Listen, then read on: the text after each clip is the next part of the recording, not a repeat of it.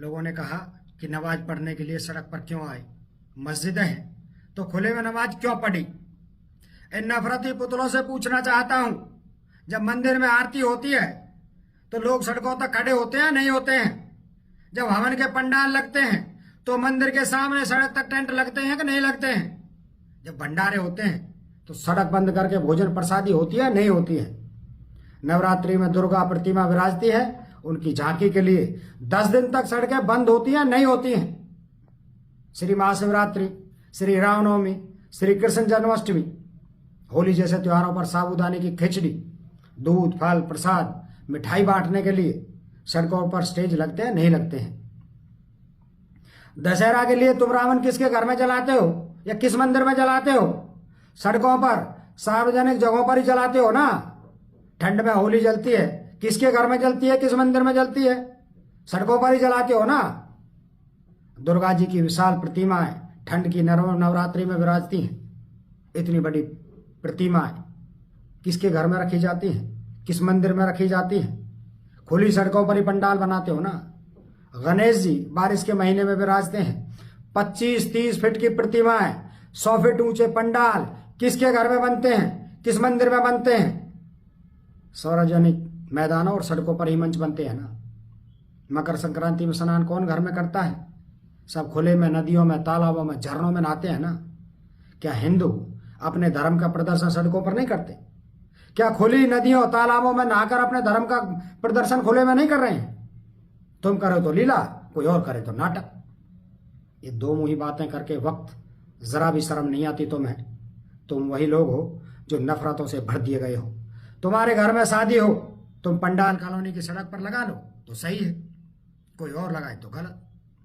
तुम्हारे घर में पूजा हवन सुंदरकांड हो तो तुम फुल वॉल्यूम चुंगा बजाओ, डीजे शोर शराबा करो तो भक्ति, कोई और करे तो नॉइज पॉल्यूशन। तुम मंदिरों में 1-1 क्विंटल के घंटा बजाओ, झूमर, तारे और लाउड स्पीकर बजाओ तो धर्म। मंदिरों में अजान हो, गुरुद्वारे में अरदास हो तो नींद खराब का बहाना हो ही जाता है। और रही सड़कों के जाम होने की बात, तो ये बताओ, जब बनी बनाई सड़कें प्रशासन खुद खोद कर भूल जाता है, गड्ढों से भरी सड़कें बारिश के पानी से लबालब हो जाती हैं, उस समय जाम लगने पर तुम्हें तकलीफ नहीं होती। तुम बारात लेकर आधी सड़कें जाम कर दो, उस समय एम्बुलेंस के जाम होने से तुम्हें कोई फर्क नहीं पड़ता, कोई दुख नहीं होता। आए दिन सड़कों पर तुम्हारे घरों के पशु, भैंस, गाय, बैल, बकरी, कुत्ते सड़कों पर हजारों एक्सीडेंट करवाते हैं, उस समय तुम्हें सड़क पर खतरा महसूस नहीं होता। सिर्फ धर्म की आड़ में राजनीति करने वालों की हाँ में हाँ मिलाना बंद करो, खुद की कोई अकल लगाओ। हिंदू मुस्लिम के इस जहर से देश वैसे ही बहुत बर्बाद हो चुका है। आप इस नफरत की आग में घी डालना बंद करो। इंसानियत याद रखो।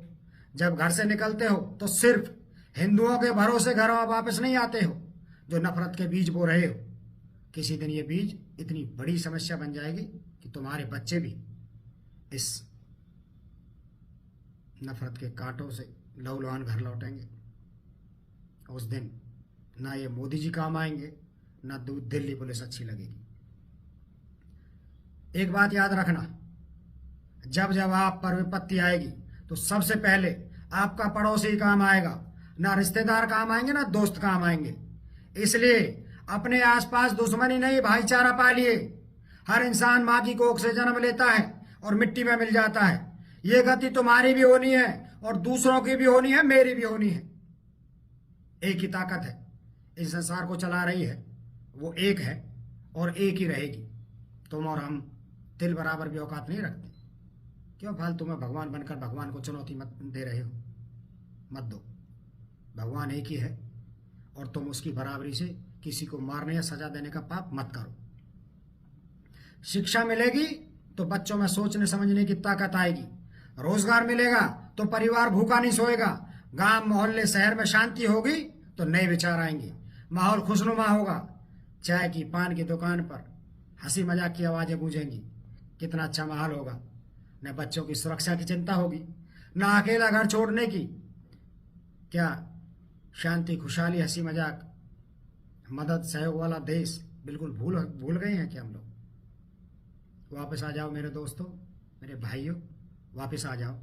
ये नफरत किसी को नहीं छोड़ती। आज कोई और पिट रहा है, कल तुम पिटोगे। नफरत को सिर्फ खून चाहिए, किसी का हो उसे कोई फर्क नहीं पड़ता। इसलिए नफरत छोड़ो, दिल से दिल जोड़ो। दिल्ली पुलिस के एक इंस्पेक्टर को सस्पेंड करने से नफरत का काम खत्म नहीं होगा। कल कुछ और होगा, परसों कुछ और होगा। इसलिए इस तरह की घटनाओं पर अमन चैन पसंद लोग आगे आएं और चाहे पुलिस हो या सरकार, किसी को भी हिंसा ना करने दें, अन्याय करने से रोकें। यही हमारा भारत, यही हमारी देशभक्ति है। इसे कमजोर ना होने दें। आखिर में बस यही कहूंगा, एक रहोगे तो मजबूत रहोगे। जैसे अमेरिका, चीन, यूरोप और अगर आपस में लड़ते रहे तो श्रीलंका, सीरिया, अफगानिस्तान, पाकिस्तान बन जाओगे। उससे पहले रुक जाओ, बस अब रुक जाओ। नफरत का नशा उतारो और जाग जाओ। जय जगत।